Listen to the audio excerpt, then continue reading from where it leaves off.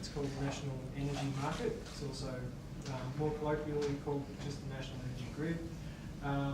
The states of Tasmania, South Australia, Victoria, New South Wales, ACT, I should say territory of ACT, and Queensland are all connected via transmission infrastructure. So when you plug something into the wall in Victoria, it's actually effectively synchronised with someone who's also in Queensland. It's the biggest national grid in the world, actually, in terms of geographic reach, but also one of the sparsest. Now, because it's quite sparse, and because it requires augmentation, and for a whole lot of reasons, getting energy from the national grid actually gets more and more expensive every year, which is no secret to any of you who have received electricity bills, because you'll notice that your bills go up every year, even if you use the same amount. At the same time, other ways of using energy that don't involve the national grid, such as solar panels and battery storage, and other types of renewables and alternatives to using more electricity like efficiency, are actually coming down in price.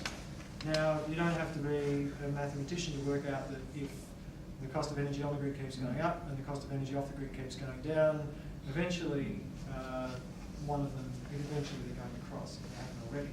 So Energy for the People and ATA decided we really wanted to know when that's going to cross, and so we applied for some funding from the Consumer Advocacy Panel, and they said okay, and gave us some money to go and research that. That's a short story.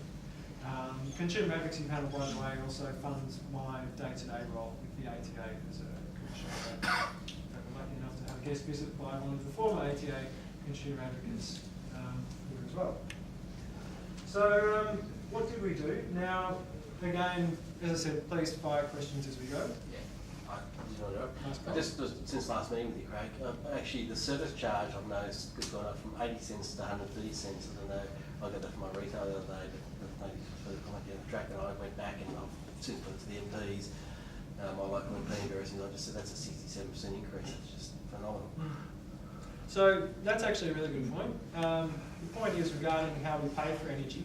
Now, it's not just that it gets more expensive to supply people on the grid. Another thing that's changing is how the energy businesses actually recoup those costs. So traditionally, most of what you get on your bill has been a volume-based charge. So the more kilowatt hours you use, the more you pay. The fewer kilowatt hours you use, the less you pay. There's also a fixed charge component, which is the daily charge that doesn't matter how much or how little you use. Increasingly, it looks like, or increasingly we know, that daily charge has been going up more than the volumetric charge. So even if you reduce your energy use, your bills still can go up because of that. Now, there's further changes in trade, which I won't go into now, but they mean that there might be new ways of charging introduced as well, where people pay based on their peak demand, which would actually be more reflective of the cost of supplying off the grid. And although things are in train there, there's a lot of political will to not drive up the impact of bills on some people, so that's not something that's going to be introduced in a big hurry, but it's certainly on the horizon, possibly as an optional thing. The key point in relation to this work is that when you look at energy efficient homes that use less energy, the more that fixed charge goes up, the more incentive that there is for people to actually go off the grid instead, because the fixed charge of building an off-grid system is directly related to how much energy you're going to use, because the fixed cost of an off-grid system is really very capital based. And so it's quite a relevant observation, really, that the economics of the way that we've studied this are based on the cost of supplying consumers. It hasn't made a distinction on the basis of how people are paying for energy. But if you're looking at smaller clusters of homes and consumers initiating doing what I'm about to describe themselves, then things like having more fixed charges on bills will change the dynamics of that quite a lot. Yeah, well, that's a really significant sunken cost there and there. Yeah, it is. It means if homes like me, if you use 4 kilowatt hours a day, all of a sudden your fixed charges are pretty much almost as much as you use volume-based charges. So we considered what would be involved in actually taking a community off the grid and saying, well, if it's going to cost you this much to supply your energy getting on the grid, what's it going to cost to supply it off the grid? What are the options? And to do that, we did a very detailed design process of a standalone microgrid system.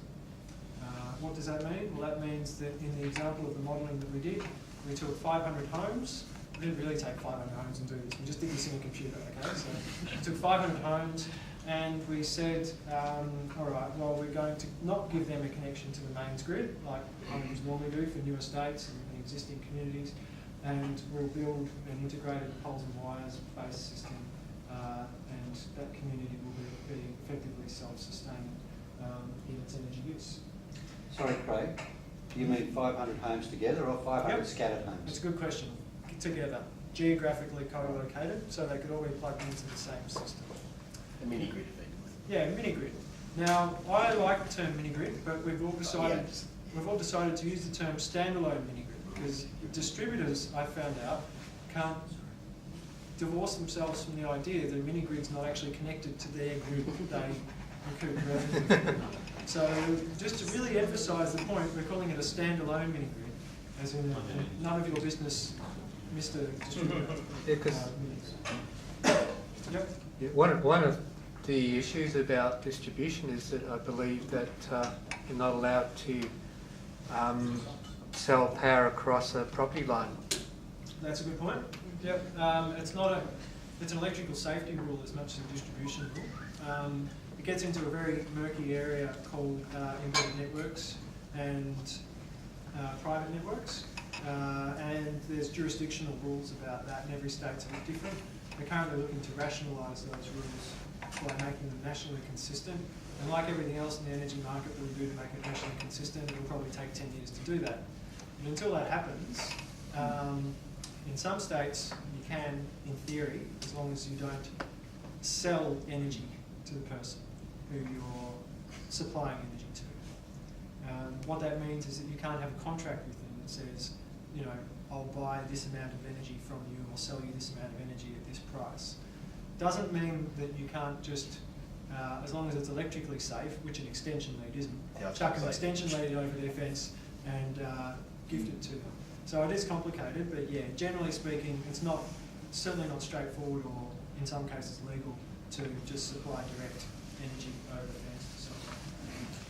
So we chose. Yeah, one more question before we move on. Yeah, Yep. a couple of things. Firstly, I think there's a limitation to voltage on that. If you supply the voltage if you measure the voltage as it crosses the boundary, I think it's below 12 volts. I'm not sure that they are involved.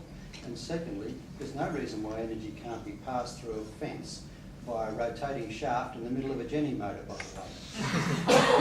So that's an interesting point. So the first point, you very correctly identified that I'm talking about mains electricity there when I say that you can't do it, 240 volts, but you only have to be competent, not qualified, to provide extra low voltage electricity, which is under, 110 volts DC and 48 AC. And you could do that over a fence, maybe conceivably also as long as you're not selling it. Or, as you say, you could pass that energy through an emotive way by any number of manners, any number of ways, including having a generator, doing a Newton and dropping apples on your neighbour's head and gravity being imparted on them. Hydraulic lines. All sorts of ways that you could do it if you were circumventing nuclear electricity. And I'm sure many ATA members have thought of, if not done, half of those things. So I'm going to move on. Now, so we chose 3 locations to do our study, and the importance of choosing these locations was understanding 2 things: the climate, the cost of energy. This is 3 things: the climate, the cost of energy, and I've forgotten the 3rd thing now. But it was oh yeah, sorry. The type of community that we're actually taking off the grid and the business case for doing so. So the first. What about the type of generation for your own? Have you purely looked at PV? Yeah, we'll come to that. So it's a good question. So what we, in choosing the different locations, we chose a Werribee type new estate. So we assume we've got 500 homes, it's a greenfield connection, there's no existing electrical connection. We chose Preston because it's in an urban area that's well established and it's got homes in it and a well established electricity grid that exists. And we chose an estate or a new development in a regional centre, in this case somewhere near Bendigo. Now we did this to get a diversity of baseline energy prices, because those are different areas with different, supplied by different utilities, so there's different prices for energy. There's some slight climate differences, but the reason that we chose to make them all in Victoria was because we wanted to understand what effectively the worst case is. The reason for that is if it works in Victoria, it's going to work anywhere, because we've got much cheaper energy from the grid and we've got a much crappier solar resource than much of the rest of Australia. So that was the reason behind us choosing the worst case. A few people have said, why don't you look at it in New South Wales or Queensland where it's more likely to work? Well, that's the whole point. If we identify that it can work here, then we can prove that it can work anywhere. Now, at the same time, we did research that continues on, plenty of research that we've already done before, which is looking at individual homes, taking individual homes off grid. And I'm not going to go into the conclusions of that because we've only got 1 hour now. So we can talk about that if we've got time in the end.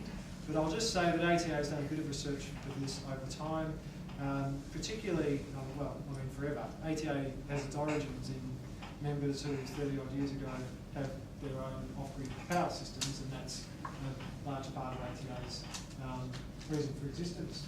In more recent years, and just in my involvement with ATA, I sat on the Bushfire Power Line Safety Task Force a few years ago to advise our Premier and Energy Minister on ways of dealing with bushfire safety. And one of the things that we were proposing is, well, if you're looking at doing expensive stuff like undergrounding all the power lines, why don't you look at doing something that's a bit cheaper and delivers better outcomes for consumers, like for those really long power lines, rather than undergrounding them, give people free off-grid power systems.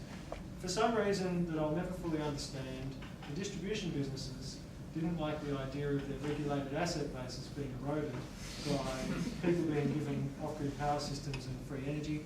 So, so that idea didn't really apply. But nonetheless, we've done a fair bit of research on that ourselves, and we've actually found, just for example, that if you need to spend about, the number's changing, but just ballpark $20,000 or $30,000 on upgrading a bit of network for a consumer. And that means that if you've got a power line that is supplying 10 different consumers, that number becomes 300,000 or 400,000. If you're going to spend that much money, you're better off, and they are better off, and all other consumers are better off because they're no longer paying for that extra bit of infrastructure, giving those consumers standalone power systems instead. So, and those economics are constantly tipping in the scale of tipping towards single homes going off grid. Now, when we look at a 500 home scenario, what we end up with is the benefits of scale. And at that scale, what we've found is it actually tips fully in favour of actually using the off-grid option, which is pretty exciting. So what does our 500 home microgrid look like? Well, it actually doesn't look a great deal, doesn't look too dissimilar to what you would look like. You know, you wouldn't pick it driving down the street in one of these communities, aside from the fact that there'd be solar panels plastered on a lot more roofs than you see at the moment. Of the 500 homes, basically, they're all connected with poles and wires that don't look necessarily any different to the normal poles and wires you have in the street. If it's an existing network, like in the case of using Preston 500 home community, you just use the existing poles and wires, disconnected at a local substation or a certain strategic switch point, and have a community garden at the substation instead. It wouldn't be a great deal of difference in the actual infrastructure. For a greenfield site, you can be a bit more creative. You can underground all the poles and wires. Don't underground the poles. You can underground the wires and not have to look at your electricity system at all. Or you could just have poles and wires, have a community-owned and managed poles and wires scheme. Paint the poles whatever colour you like. There's all sorts of options. Should we have a lower voltage system? What's that? Would it be lower voltage? Good question. At 500 homes, you can get away with making it 240 volts all the way. If you have a much bigger system, if you've got a lot more geographical a lack of geographical proximity, there might be a benefit to stepping up the voltage level. Certainly 500 homes, we just go with 240 or 415 volts. Is that so? I mean, you're basically looking at a centralised system and then dropping off then, or if you basically embedded systems the way through, then that would be too effective, would it? I'll get to that, Yeah, kind of. okay. If that question's not answered in the next Sure. 3 hours, then ask it. Would that accommodate three-phase power? Yeah, that's the 415. So you'd probably have a combination of, actually, I'd probably have to get back to you on that one and what the best balance is. And that would need one of our electricians to actually talk about delta winding versus star windings and all sorts of things. But I'd say, but yes, 3 phase is fine. You could make a simple rule to say domestic, there's no 3 phase, there's no industrial application. Yeah, so in the, Technically, no domestic home really needs it. yeah. So what we did assume that it was single phase. However, we can use 3-phase generators and have them separated out into separate phases for our backup generators. And you can have inverters on different phases of circuits and so on, if there's a desire to have a centralised 3-phase load for the backup generators. So, yeah, I'll try and avoid getting too complicated on that, but we don't have time before I get out of my depth.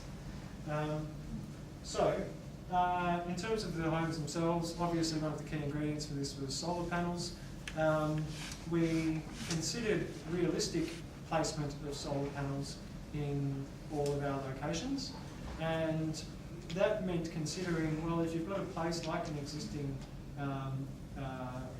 Preston-based community, you need to consider existing issues of shading from established trees and so on, the fact that the houses aren't that big, the fact that there's a fair bit of development. And we did find that that was a constraint in terms of getting enough solar panels on enough roofs to provide enough energy without having to put solar panels on the south-facing side of the homes and the front fence and the dog and all of that stuff. So, but in the cases that I'm about to describe, we could do that. I'll get on to the cases where there just physically wasn't enough room for solar panels. What we decided in each of the cases was that 450 of the homes in the 500 community has solar panels on them, ranging from a couple of kilowatts up to I think 7 or 8, before we decided that not enough homes are going to be able to easily accommodate that before there's additional costs.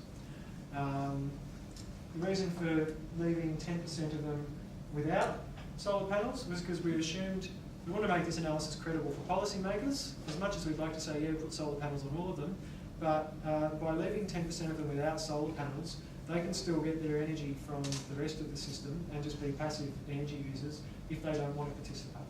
So if, for example, you were to go into Preston and say, hey, we're all going to go green and take our community off the grid, we're allowing, at least for some people, saying, look, I'm quite happy just to buy energy from the grid and get bills, I don't want part of it. So in that case, those consumers can do that. They don't have solar panels on their roof. We're allowed for that in Queensland. Yep. So are the homeowners with solar, the 90% actually buying their own solar panels? No. They're provided by the There's different ways it could work, but the way that we're assuming it would work is that all the homeowners are just paying bills the way that they normally would. Okay. I'll get on to the business model sure. at the end. Yeah. But you raise an important point. None of the homeowners have to go out and actually purchase these under the business model that we've used. It's a financing arrangement which would involve an ESCO or an energy services company actually buying the technology and installing it. One more question before I move on. At the moment, all the 500 houses in Preston would be connected via the same wires, including the 10% that aren't going to be part of the standalone grid. How do they get separated? Well, they don't. The whole grid, I mean, if you picture those 500 homes as a network of homes, and we've got a common point of connection on the distribution network, which would probably be somewhere on the 22 kV line if it's in Victoria. That'll be disconnected at that point on the 22 kV line, and from that point on, all their energy comes from within that same network. So those homes that aren't actually connected to the mains grid are still connected to the energy that's being generated from the other homes. So 10% who don't participate still are people just get free energy from not necessarily free, but they might be, so they'll be paying for it still, but it means that they don't have to change their behaviour. They don't have to buy into in a community, you're always going to get people who dissent from a decision, and that's perfectly fair enough. And there's a lot of people who, I say this as a consumer advocate, there's a lot of people who couldn't give a rat's about environmental Okay, so the things. standalone grid still provides power to people who notionally aren't. Does. Okay. Yep, so they just go on paying. Well, the difference for them is that they wouldn't be able to choose an energy retailer like they can now. So at the moment on grid, you can choose an energy retailer. You know, if you can find them, the best of the bad bunch that's actually worth going with. It's pretty hard to do so. Under this arrangement, those 50 homes who aren't voluntarily participating in this program, they wouldn't be able to choose a retailer. So for this to actually work, they need to be getting energy that's no more expensive than what they would from the retailer they're getting anyway. Otherwise, the Australian Energy Regulator and the Australian Energy Market Commission and the Energy Ministers of Australia would never approve this actually occurring. So we needed to make sure we've got a robust case for the consumers who aren't interested in doing all that green stuff. So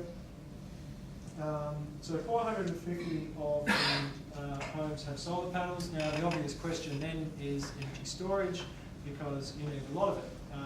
Now we did a lot of research into looking at different types of energy storage available. Obviously batteries are the way to go. What was interesting we found is that lithium iron phosphate are now the most cost-effective batteries to use for energy storage on that scale. These are batteries that are currently used in electric vehicles. They're available. They're not some future technology that's going to happen. They're not waiting to drop by 90% in price. We've based it on what's available now.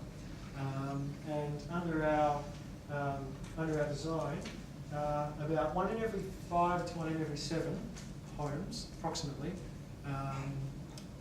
1 in 5 to 1 in every 8 homes has a large lithium-ion battery bank in it. In terms of size, off the top of my head, the battery bank might be, I don't know, maybe as big as this interactive modern lectern thing, maybe a little bit bigger. So I think it's pretty fair to say that between 5 to 7 homes, you'd be able to find a space for something like that that wouldn't really compromise the real estate value of the home. You know, either in an outdoors area where it's in a box, or in a shed, or under a home, or whatever. How many kilowatt hours of each battery? Each bank's got 120 kilowatt hours of storage. So just a quick one. Your pricing on this, is this basic retailer pricing, or would this be bulk buying like across the whole greenfield? Yep, that's a good question. It sort of ties in with the model, but it's all based on the equipment being purchased at a wholesale price, and the ESCO who's selling the energy and buying the services making a profit on the whole package, rather than having a profit margin on the supply chain all the way along. And that's one of the keys to this model working. If you look at the way the energy market works at the moment, you've got notionally disaggregation of retail and generator functions in the energy market, but really they're aggregated. They are disaggregated from the network operations of transmission and distribution, which in turn disaggregated from each other. Now, that means that there's 4 different entities that you pay profit margins to by the time your electricity bill arrives. So under this model, for it to actually work economically, it needs to be delivered by one vertically integrated ESCO entity. And that's the only single innovation that this whole finding is reliant on, is that business entity comes into being, because at the moment they don't. All the technology assumptions are made based on existing technology. All of the price assumptions are made based on current prices with conservative forecasts for price curves. The only assumption that we've made about something that is new would be that the business would have to actually offer these services. But it would be a profitable service for them to offer. Are any of the existing energy retailers thinking about moving into this area? So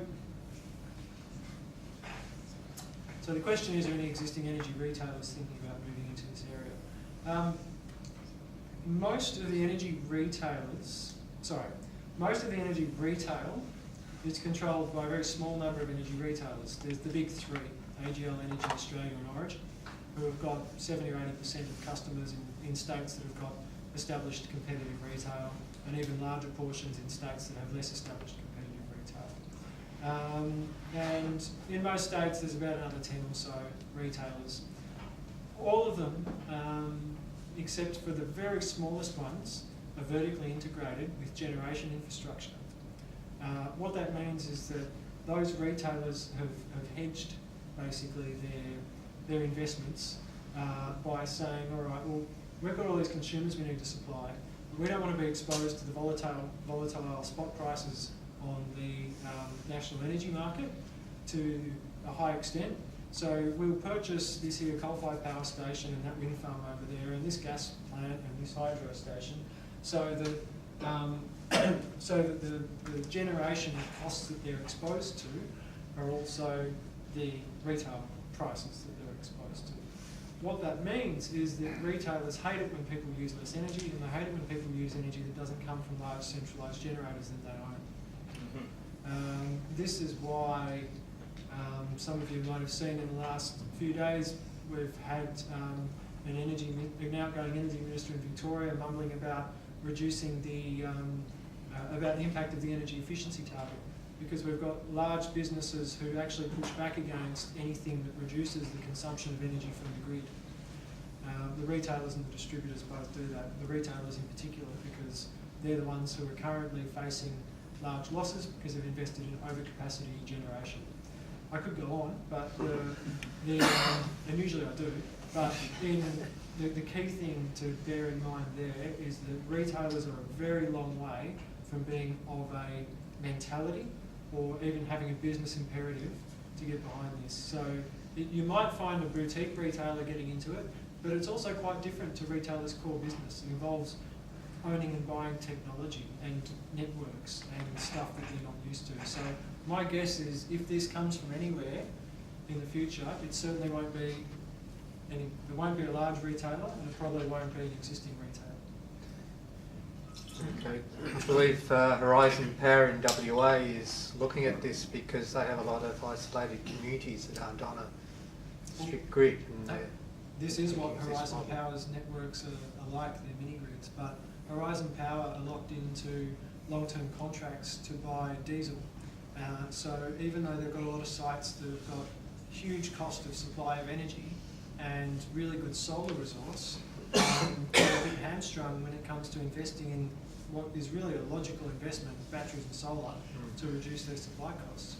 They also, Horizon Power also get paid, well, consumers on Horizon Power's network are directly subsidised by consumers on the grid that includes Perth.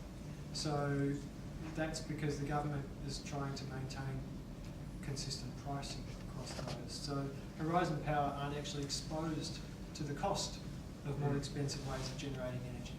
So in a recent conference they recognised that that model is not going to work in the future and they had to change their model.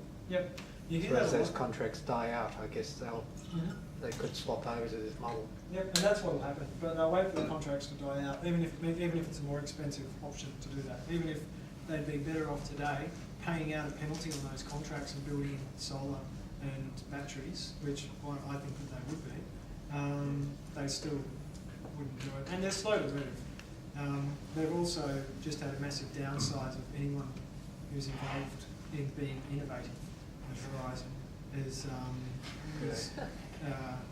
been given a voluntary redundancy. So, you know, that's a bit of an exaggeration, but that's the direction that it's going in. They are very, very slow to move, the networks. And they've been stung by things. In fairness to the networks, they've also been stung by, otherwise good ideas recoiling. So, for example, the Victorian smart meter rollout, which could have been a good idea if it was done properly a few years later when the technology had matured and all of the consumer protections have been put in place first, was a disaster. And it's created a bad rap for something that would otherwise have revolutionised the Australian energy market. And that's not the fault of the distributors, it's the fault of a particular government that jumped the gun and went ahead with it too quickly. You had a question, Yeah. and then I'll have one more before we move on, just because again, I want to get through some key things. We will have more time for questions. I'm from East Gippsland, and I'm aware that Malakuta, because it's on the end of the line, because the amount of outage it has, that they're looking seriously at local network.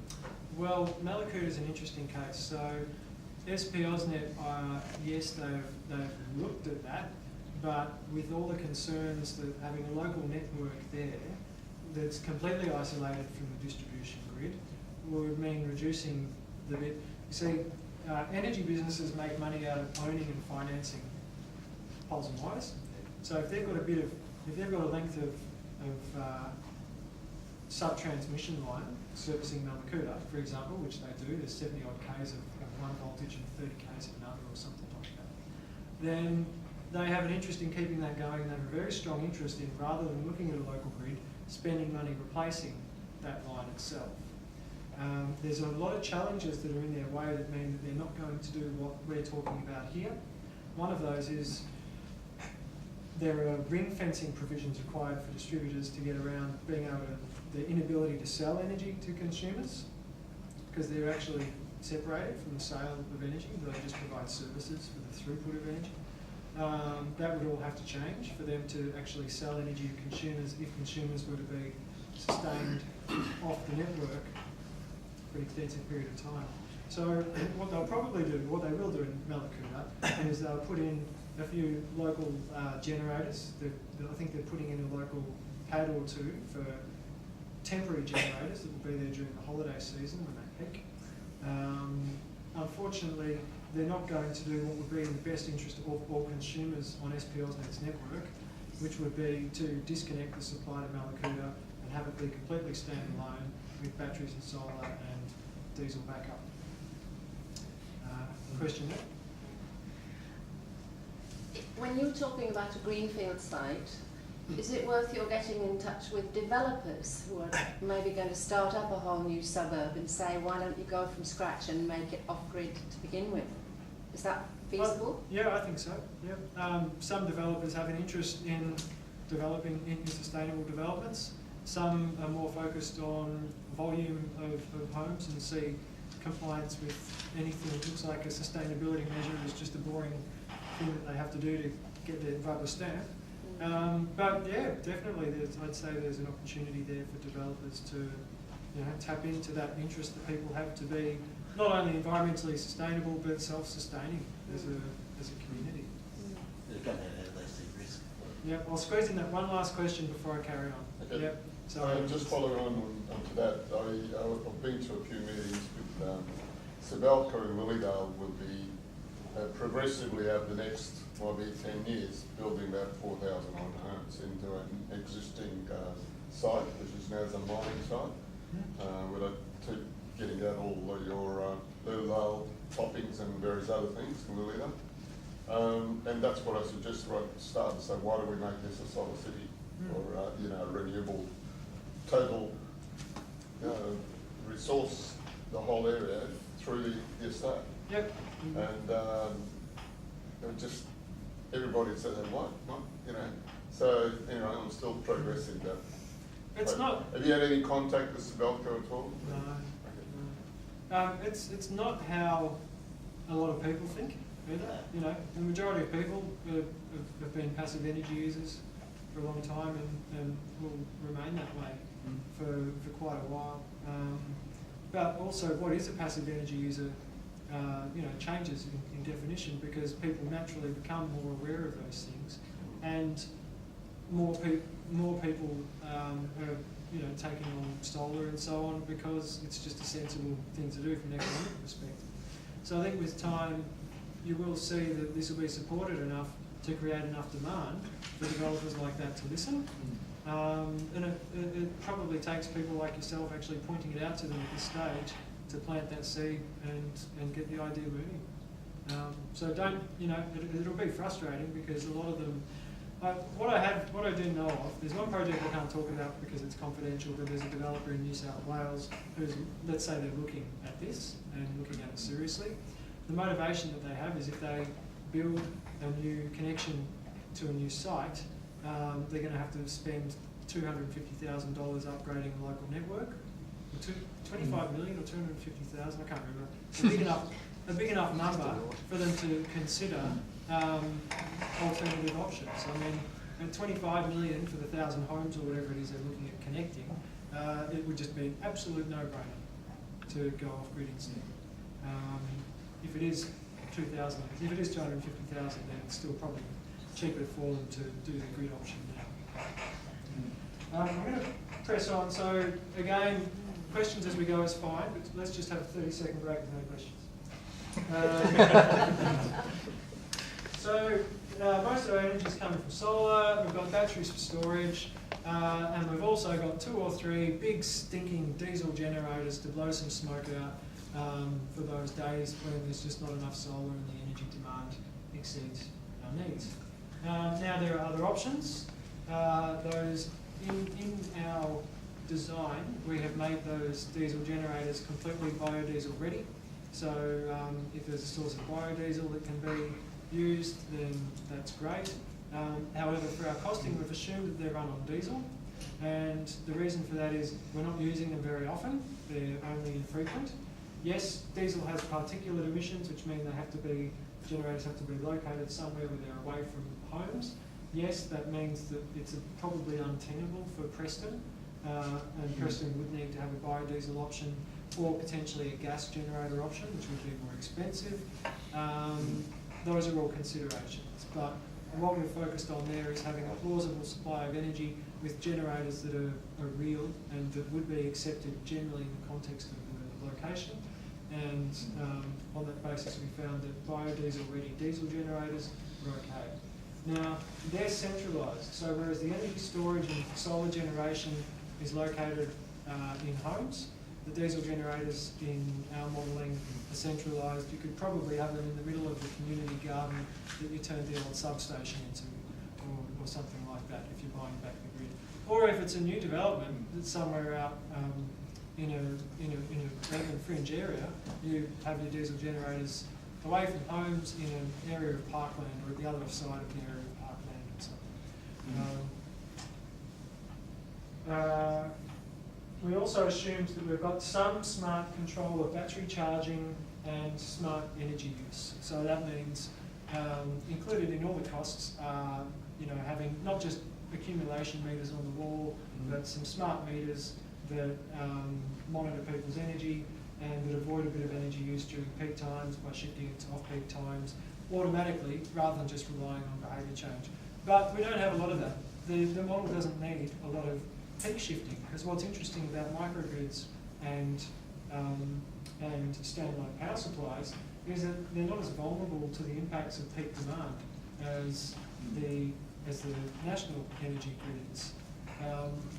So there's not as much of a cost benefit from shifting a certain amount of load, because the way to address a peak issue, the only real peak constraint at all in our microgrids is the capacity of the inverters.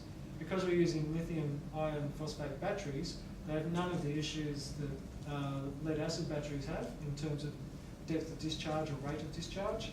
So, depth of discharge they have a limit, but not as much as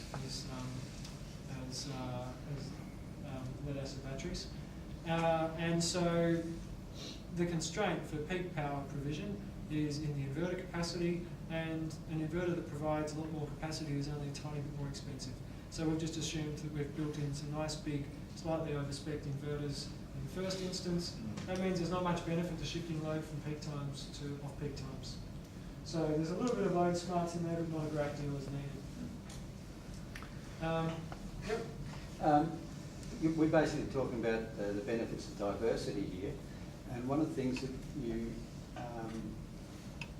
didn't mention is whether there was any industrial or other kinds of non-domestic users in your micro network to provide a bit of diversity in the load.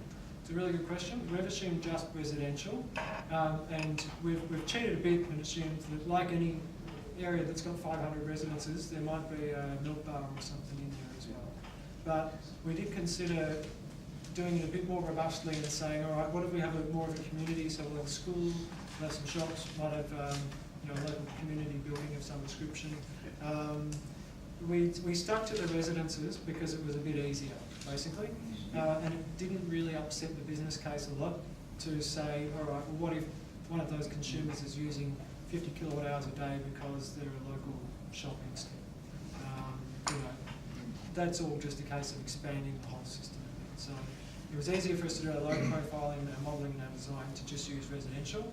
And the sensitivity analysis that we did showed that, I mean, if you went and slapped a school in there, obviously it would need a completely different design to what we've done, or a bigger version of what we've done. But for the case of residential supply only, that's what we've stuck with. But there was no, it seems like you had no issue with the business of different consumers using significantly different amounts of load at different times of the day. You just, with the battery you're talking about, that didn't matter, is that right? So yeah, that's a good question. So the constraints that we've got in terms of supplying energy are the peak delivery constraint, as in the instantaneous maximum amount of power constraint. It's not in the poles or wires or the batteries, it's in the inverter size. And so we've got that well sized. The longer term constraint is in seasonal variations and periods of not much solar input in winter. So that's when the generators, backup generators, need to run through. That's part of where some of the smarts is. It's sensing when the batteries are near the level of charge that the generators are going to have to run, so that you only run the generators during, for example, daytime hours, so they're not disturbing people's sleep. In terms of the diversity of the load though, we didn't need to explore that to too much of an extent across the residential basis.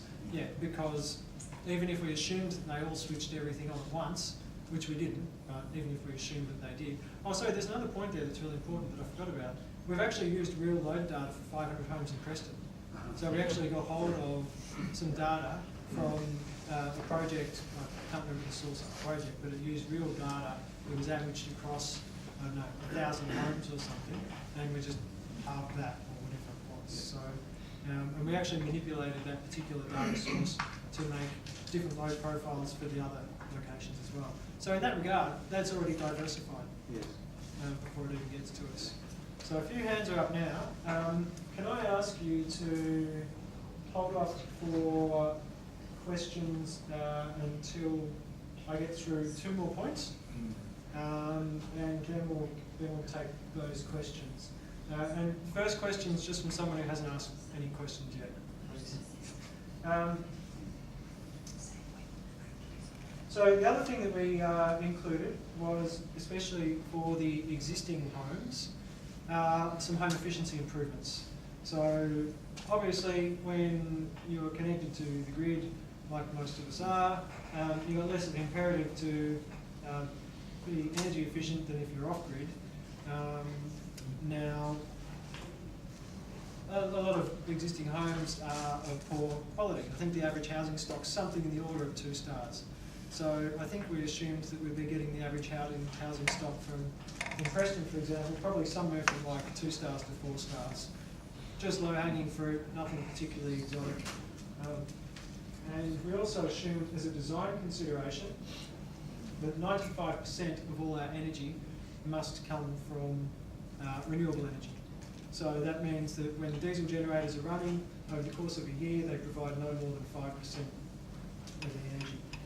On a couple of the particular community designs that we landed on, it was most cost effective to actually have 98 or 99% from renewables, which was really interesting.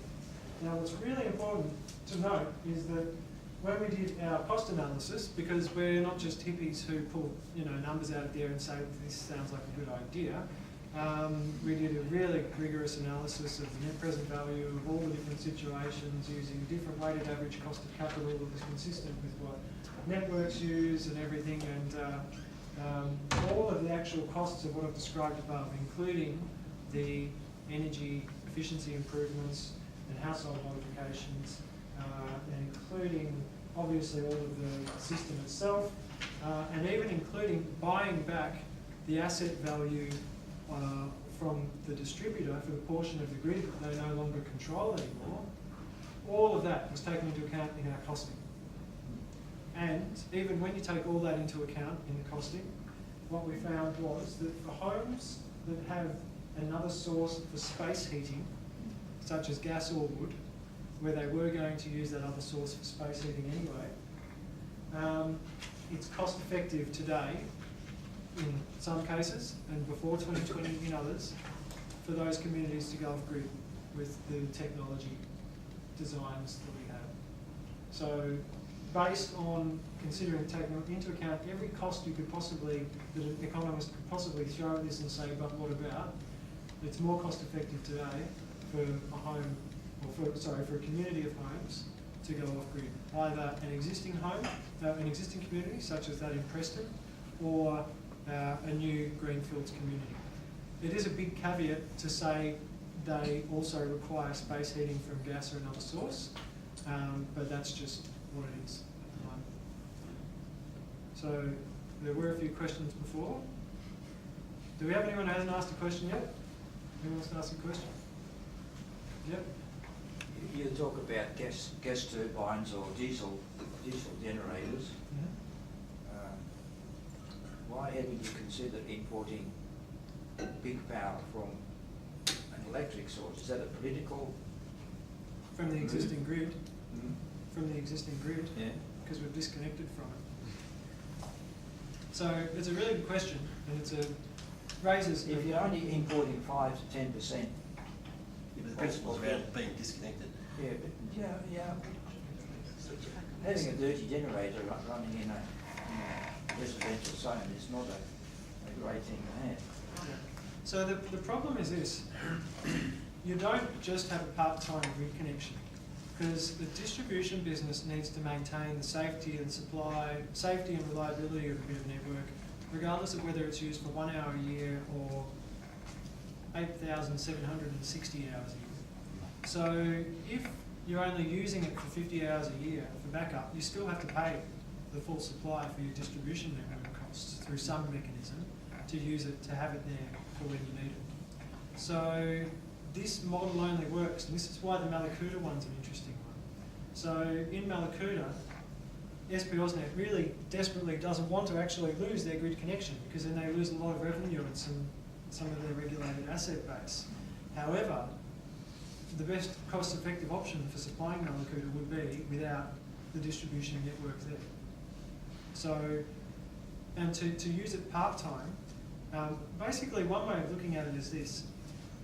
There can be lots of different motivations for removing the distribution network. What we're talking about here is one where there's a cost motivation because it's a cheaper way to do it.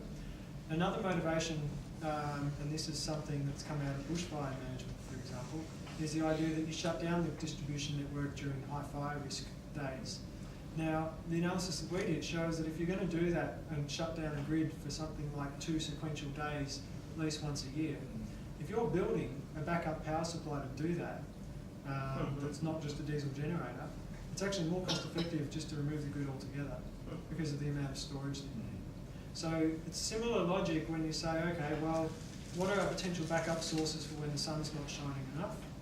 And one of those is potentially remaining connected to the grid, but then the economics of the whole thing don't stack up, because you've both got an entirely more or less reliable local supply and a reliable grid supply as well. Well, that's essentially what you're trying to demonstrate, isn't it? Yeah. Now, there was another question up the back. So 450 houses with PV set up. Does each house have its own grid connect inverter? Yep, so that's a really good question. What sort of inverters have we used? Yeah, it was a real issue with 450 inverters close together trying to compete each other. Yeah, so this is interesting. So we're talking there about the control of inverters. Now, there are in our system, there are probably 500, maybe a bit over 500 inverters, maybe a bit under. We've got 450 inverters for our solar grid connect, and they're all just naturally grid connect inverters. All of the issues that you have with inverters out competing each other can be fixed through programming, theoretically. Well, no, actually in practice, they're not, because inverters are designed to work in a grid-connected environment. What we've assumed is that we've got normal grid-connect inverters for our solar. We've got quite expensive interactive inverter chargers for our batteries. And those batteries have also, in some homes you'd have both solar and batteries, and you'd probably have your solar in those homes going straight into the interactive inverter charger as well. So what we assumed was that between the smarts that we've allowed for in our overall system controller, the smarts that are already in our smart inverters, and we've assumed that we can use, there's some sort of VAR control or some minor control capacity in the grid connect inverters that means that we don't have any issues there with voltage and so on. What average consumption did you, per house per day, did you? I think after our efficiency improvements, we're down to about 12-ish kilowatt hours per day. So it's pretty conservative. We're not living in the dark. Those 4 hot days in January, I think it was, or early February, some suburbs were up around an average per house of like 40 kilowatt hours, which I find incredible. But Luckily, because we've got solar, there's also a bit more sun during those times as well.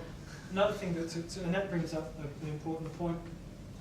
We did a very pretty rigorous design, as we tend to for these things, and we assumed we used real solar data for, I can't remember how many years, and as well as we created out of our load profiles, it's all flooding back to me now, that question of the load profiles that we used and the ones in Preston, we actually built into those additional diversity as well, so that we took the average smoothish load profile that was there and threw some diversity in it just in case the load varied by more than we expected it to for whatever reason. So we've got all the natural diversity of solar and the natural diversity of the load. And we still found during the summer months we never came close to needing to switch on those generators. And that was even assuming the heat waves and so on. In fact, the batteries never got below 70% full in summer months. So there's a lot of room for those heat waves in this system. It's the winter months where you start to need to turn on the generator. so did you allow for a heat wave like that? We just found we didn't need to, because the data that we used would have included at least one heat wave or two, because it was based on real data. We could have. Just trying to think. I can't remember what the actual factor was that we allowed for the highest consumption in relation to the average for given months, but I'd say it wouldn't have quite accounted for a heat wave like that. Given that we still had 70% battery storage at the worst case in summer, in the worst heat wave, we could double it again and still not run out of battery storage. So, it would definitely accommodate the heat wave. Plus those 40 kilowatt hour suburbs are probably all one-star houses. That's part of that. That's why they're using so much. Tell us about saving house. The numbers we got from Sandringham, looking at the numbers, was 34 kilowatt hours.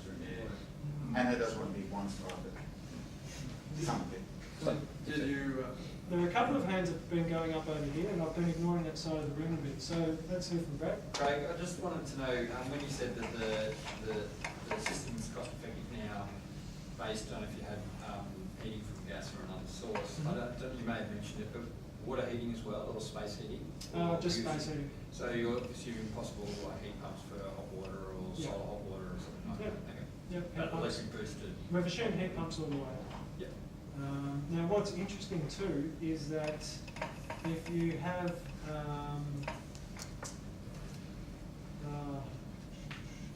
even if you have gas heating,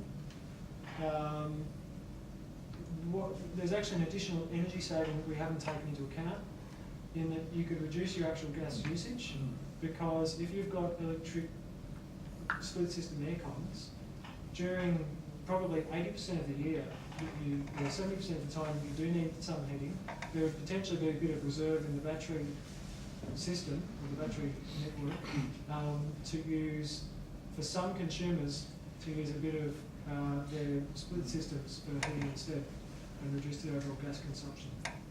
So there's a benefit there that we haven't factored into the model because it's complex, but it helps make it conservative.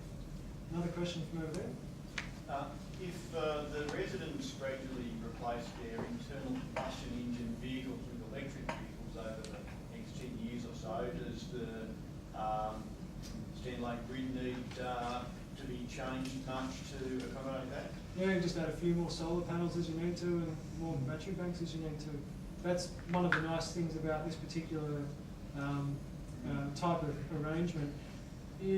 When you've got an energy network and you've got a supply constraint like that, you've got a step change in investment required. Like you have to upgrade a feeder or something at a cost of many millions of dollars.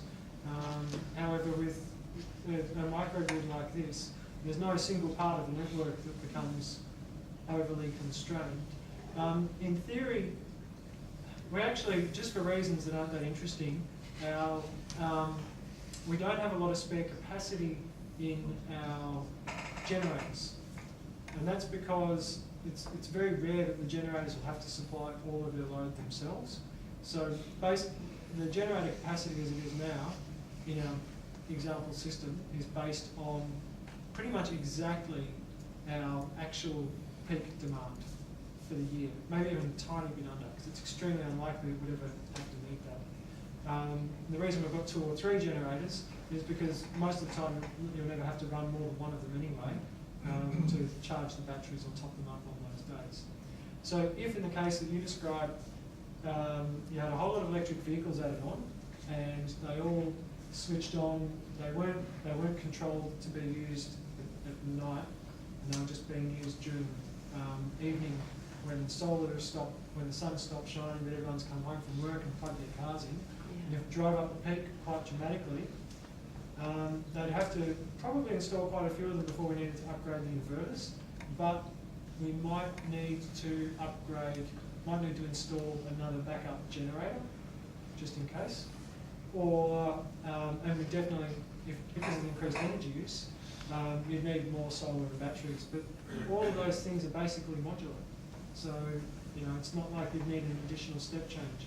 And if you have a user-pays system, whereby there's a limit to how much energy a householder can use before the amount that they pay goes up by a certain amount, then you can accommodate that with no worries. Someone can choose to put in an electric vehicle and just pay the difference for it.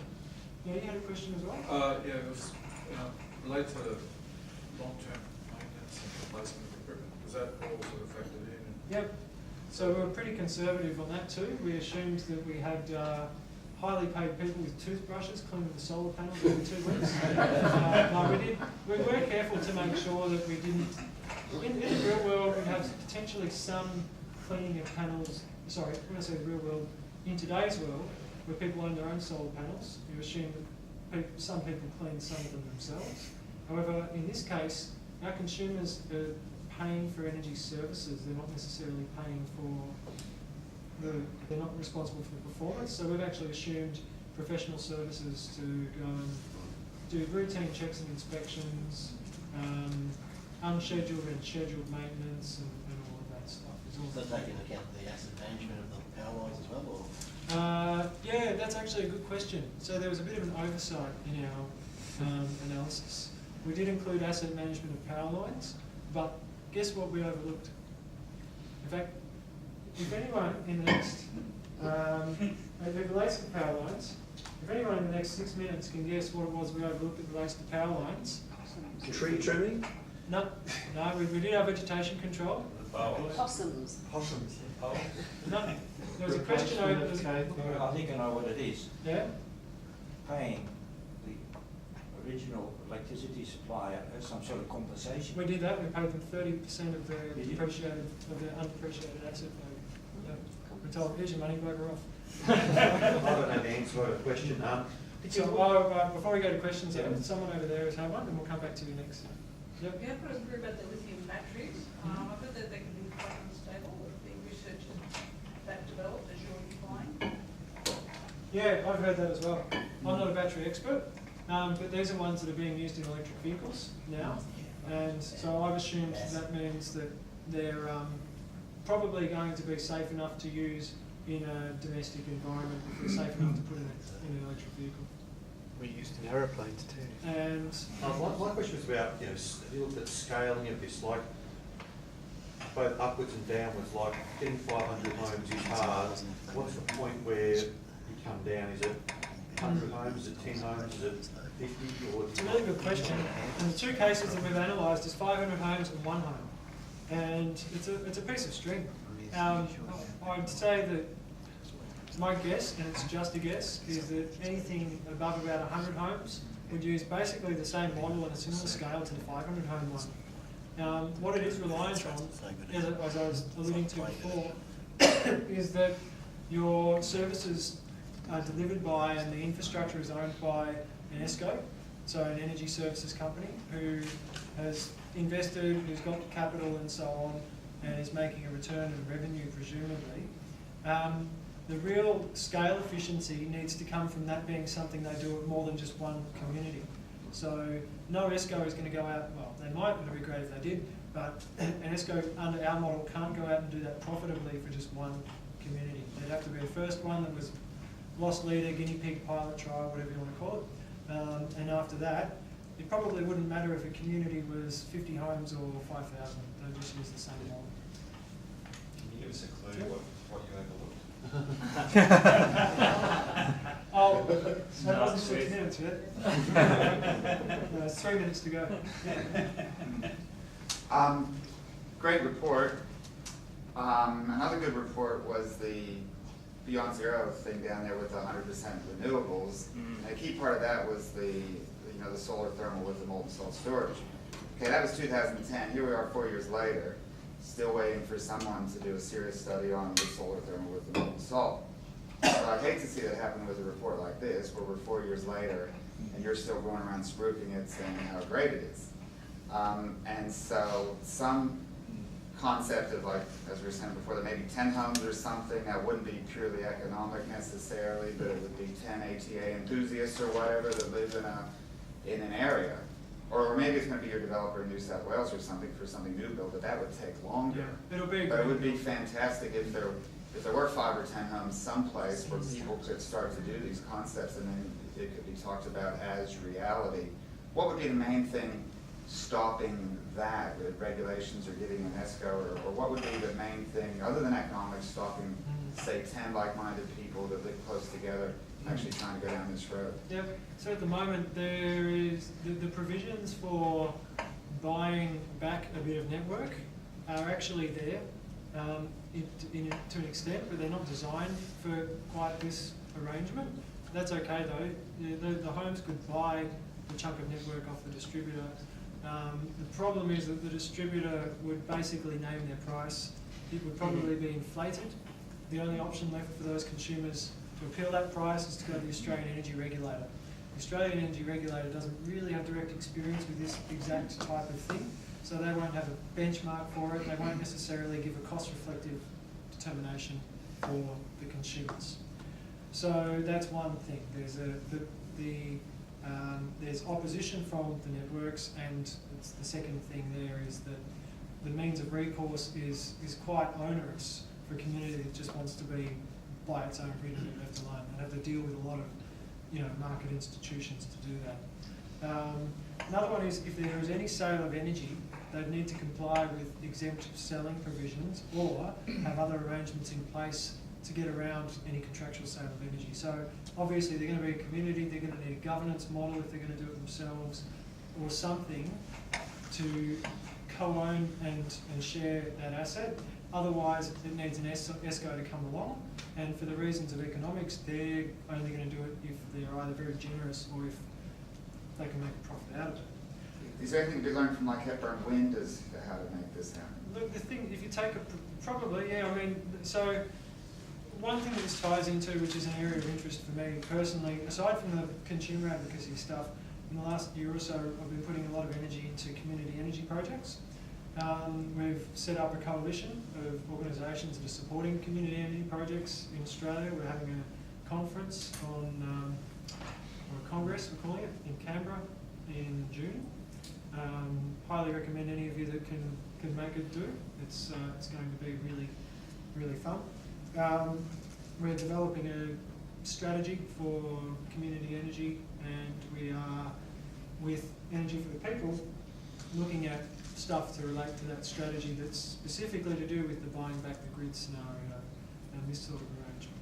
The other thing that we've done is set up, we're a founding member of the Coalition for Community Energy, which is the group of organisations that's developing that Congress. So I think that's, at that advocacy level, that's where we're targeting things to try and make this happen.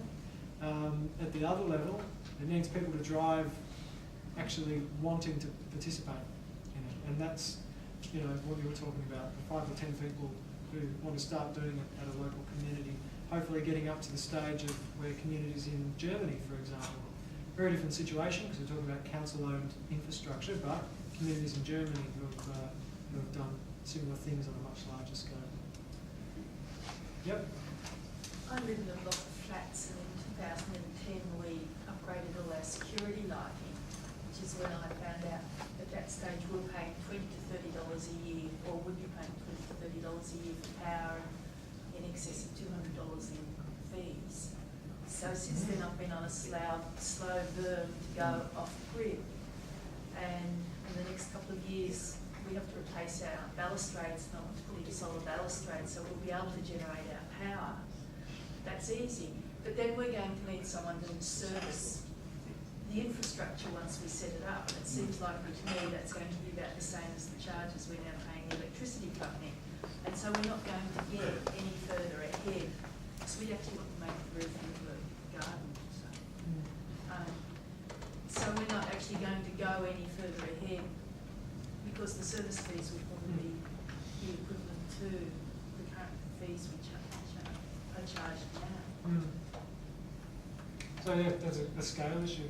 If you've got an existing refrigerator, for example, it's not cost effective to say, well, I'm going to install a solar panel and an existing and a little backup generator and a battery just for that refrigerator. But at a larger scale, you get the solar, you actually get the cost benefit. And that's why we went from just looking at those single home scenarios to instead saying, okay, where's it likely to actually work? And we're talking about 500 homes as a sort of starting point for that. How are we going to do this? Separate arms. All right, Nick. Guess that you're missing price cost. Is it public liability Yes. insurance? Oh no! Oh, if only it stopped at public lighting. Public lighting. It was going so well. Yeah. So this is the one thing that we overlooked. So public lighting is actually a service that's provided by energy distributors, and it's actually an energy service as well because there's energy associated with the use of those. You meant to say this. So I went away and did some back of the envelope calculations afterwards and found out that there is one element of public lighting that we haven't, that we need to add something on for, and that would be some sort of a switching and notification system. But all we would need to do to accommodate the public lighting was just slap on a few more solar panels and a few more batteries, and then you recoup the additional revenue from having public lighting, which is what the distributors recoup at the moment. And I know how distributors work for finance. Chances are if they're making a buck off it, you can make too. Doing the same thing. So, Greenfield's LED lighting and that stuff. well, yeah, you could actually get approval for the existing bulbs, make an efficiency improvement, or existing lights, make an efficiency improvement, and you actually get to keep the difference. It's an operational improvement. Just one quick question. What's in it for the customer on a standalone system? What's the money saving? What's the incentive? For what, in what case?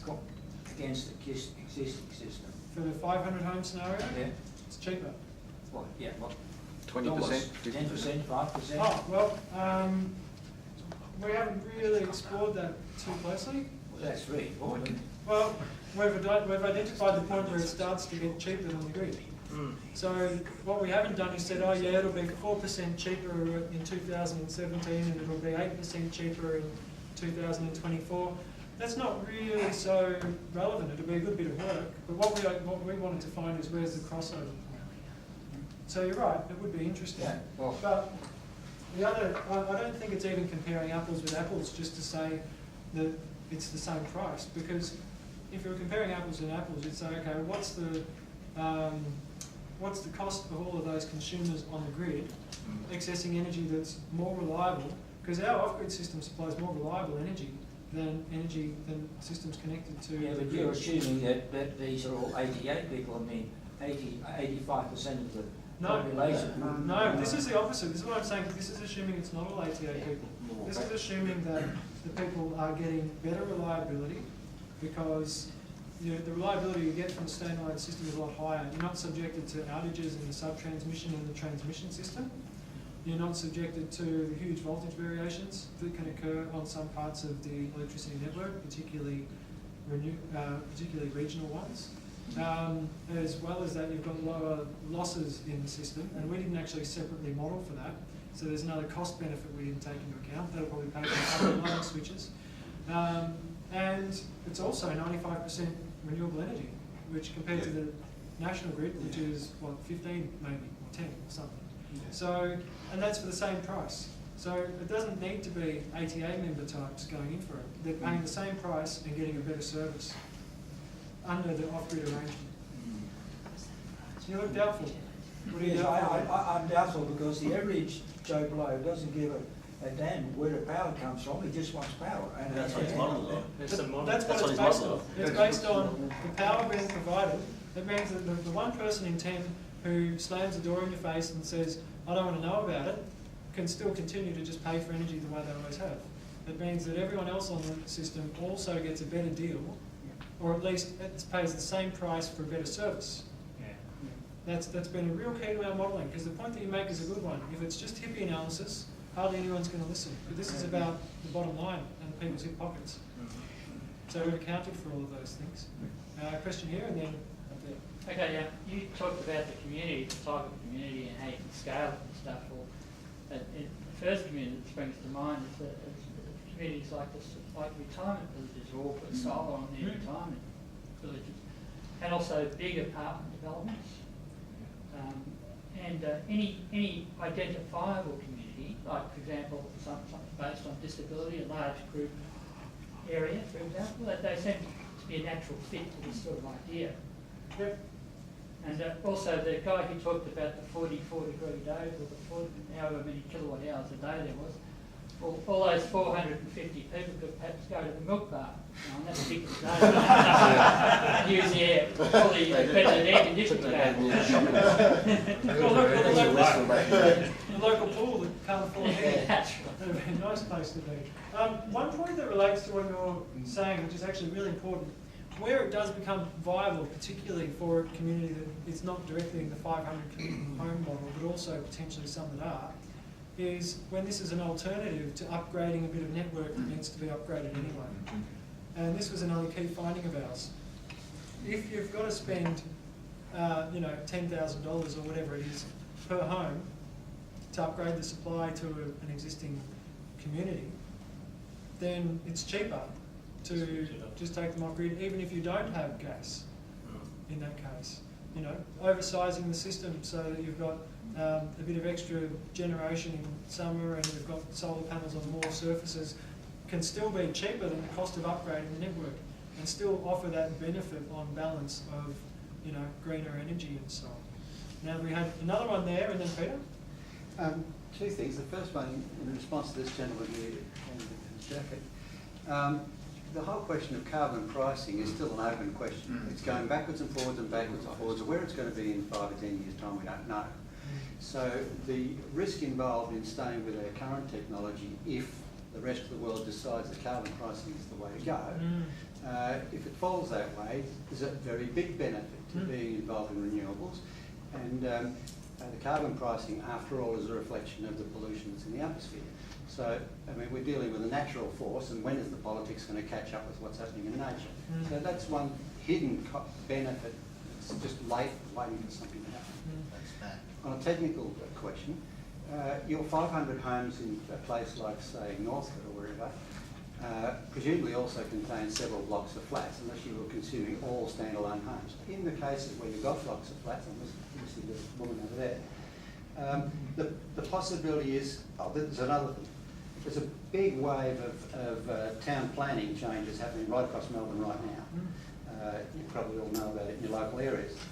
But that will also include big changes in housing density everywhere, which will go up, probably. Now, assuming that there will be blocks of flats of 10 or 20 or more, some of those installations will be able to have district heating. If there is some district heating just within that block, there's a potential for cogeneration, which means in winter, when the heating's required, you'll have an electrical input background as well.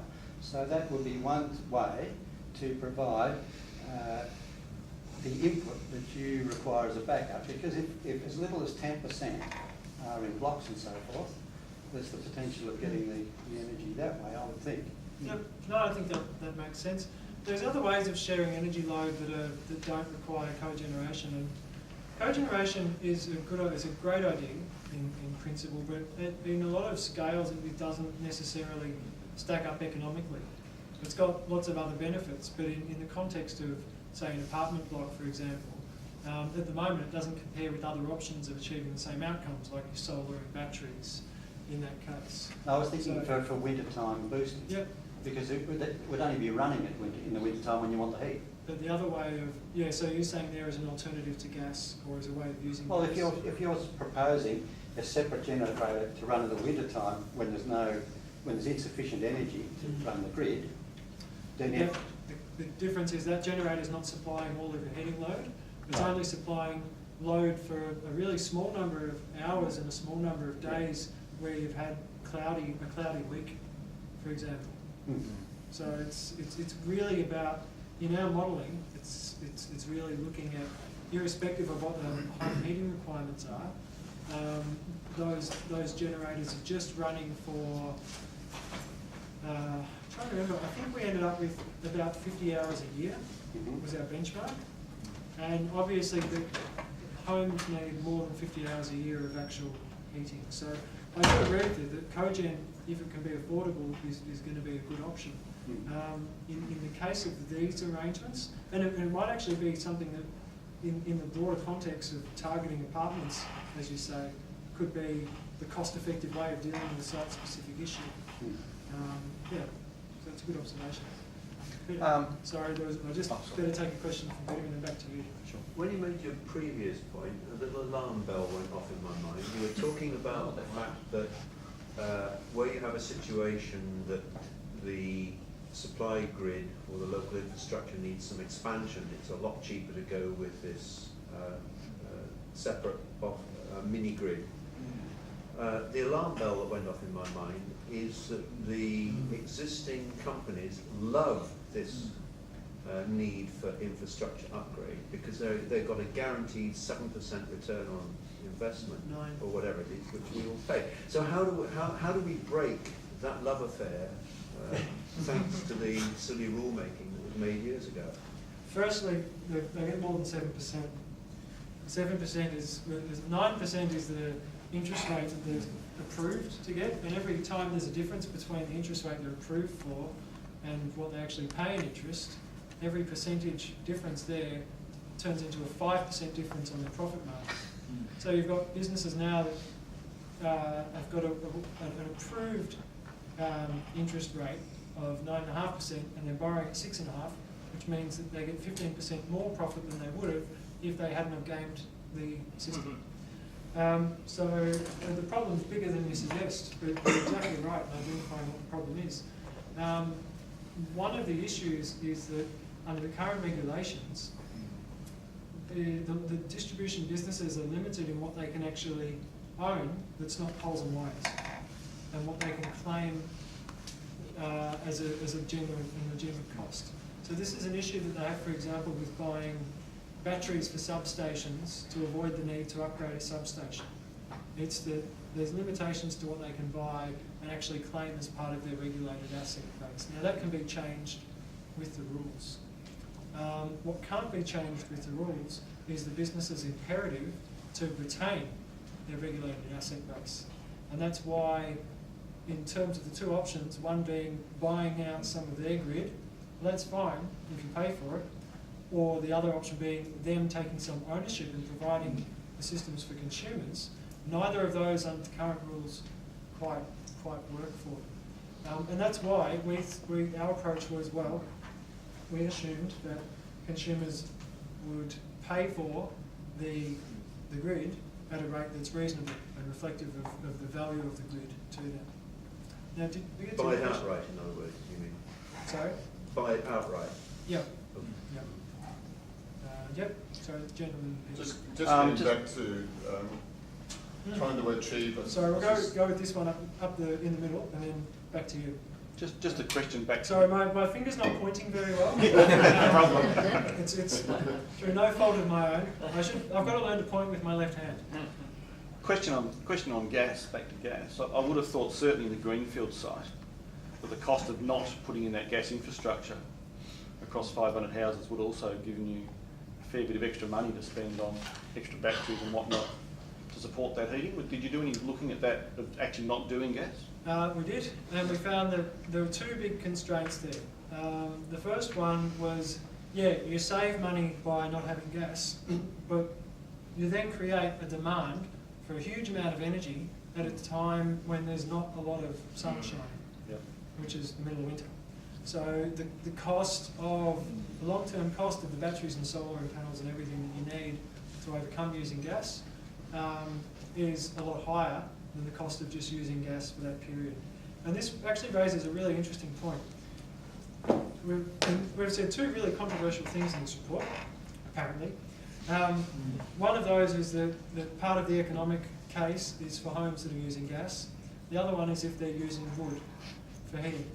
Now, this isn't an advocacy document. What this is a document, it's not looking at the environmental stuff, it's not looking at us saying, hey, we should do this or we should do that. We're actually just saying in our report, looking at the economics, here's when it's going to become economically viable to do X, Y, and Z. Yep.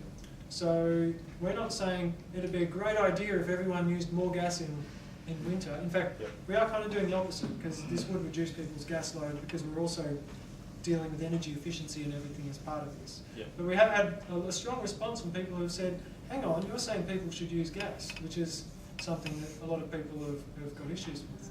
Same for wood, because a lot of people are concerned about the particulate matter from wood. And to be honest, I agree with a lot of those concerns.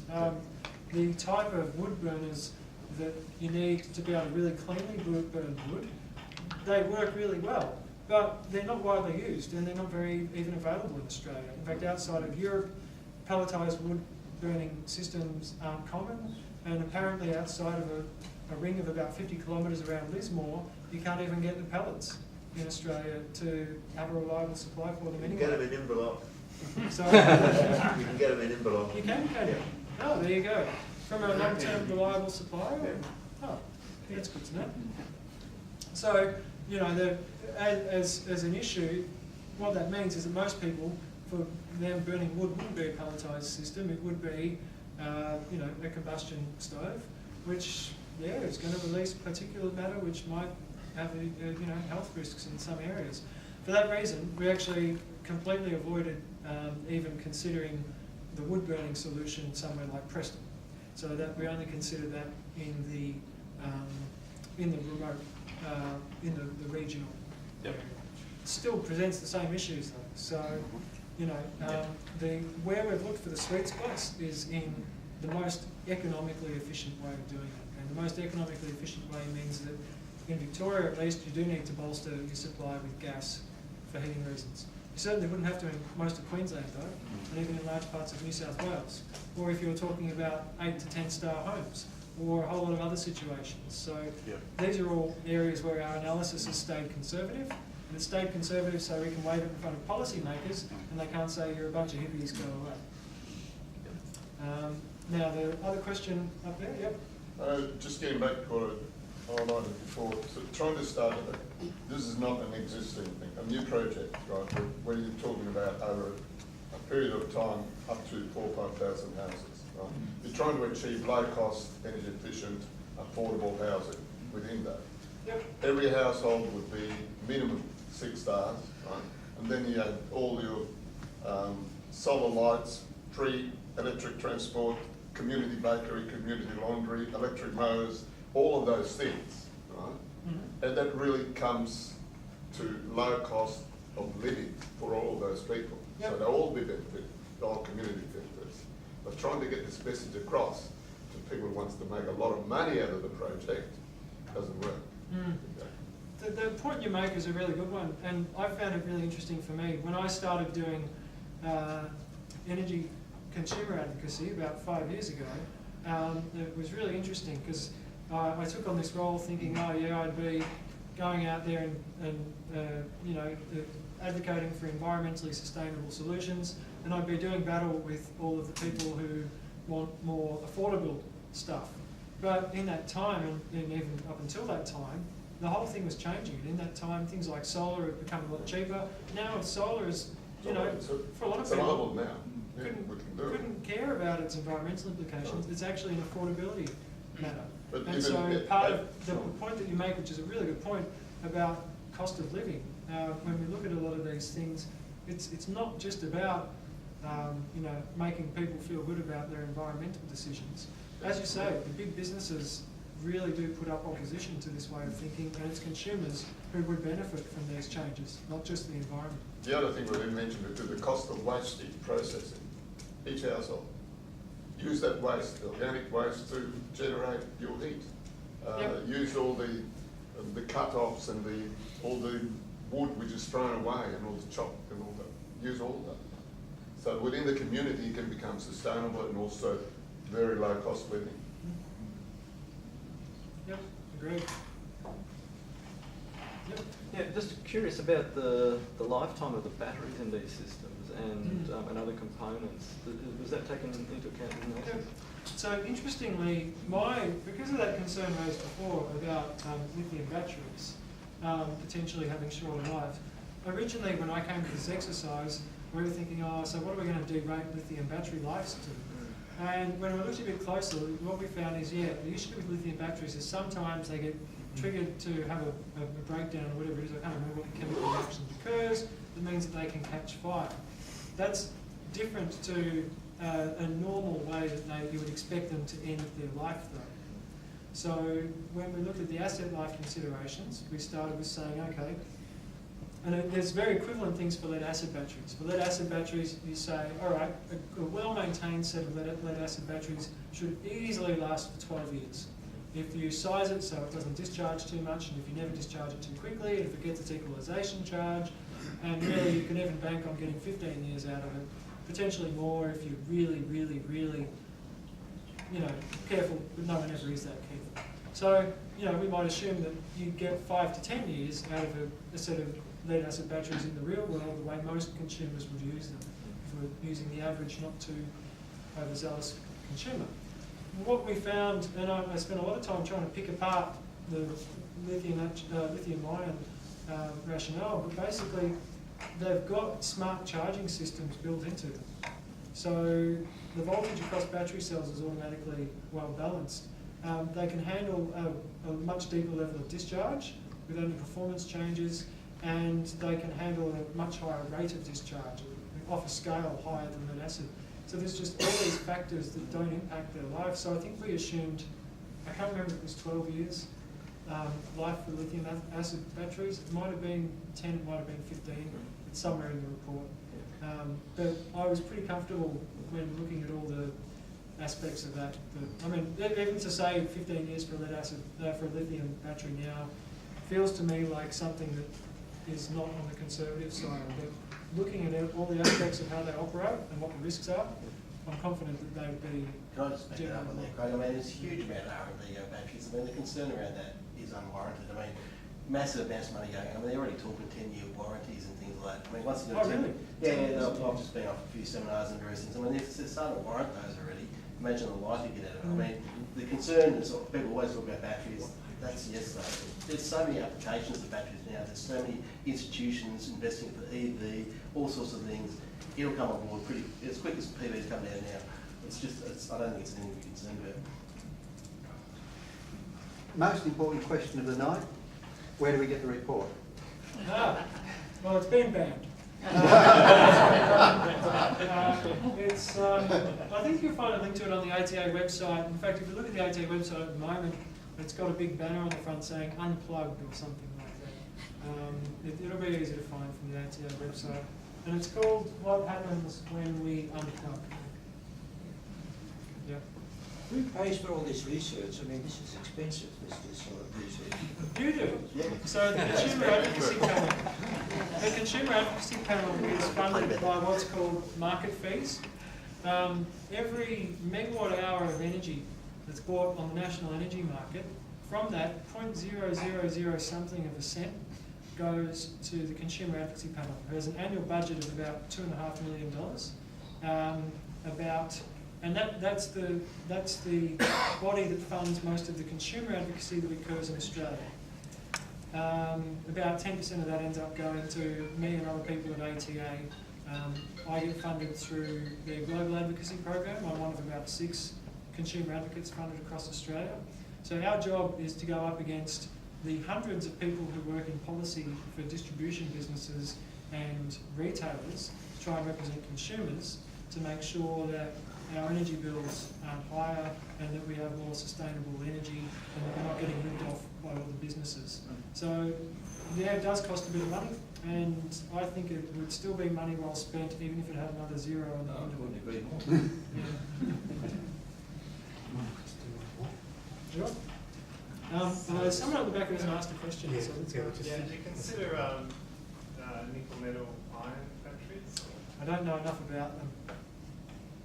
Right. Damn. I've Finishing heard on a that- question I don't know the answer to. Yeah. You do it so well. They're fairly robust, reliable, and last a long time. You can discharge them right down.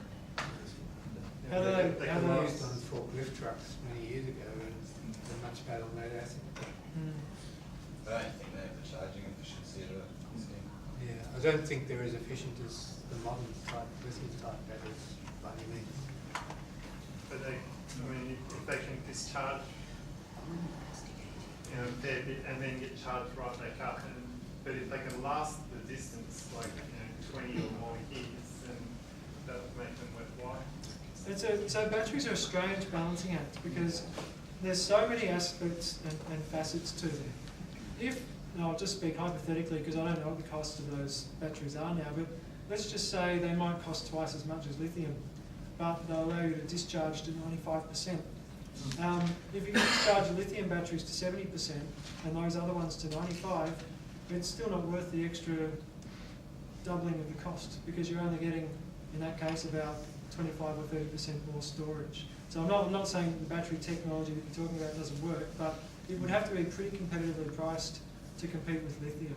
And the benefits of being able to discharge it that little bit further would need to be outweighed by that cost saving.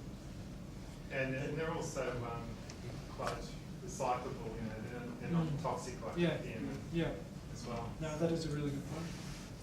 I'm conscious that people want to leave, so we'll have to wrap it up soon. So maybe we'll just do a couple more questions. Okay. I'll let you choose the questions.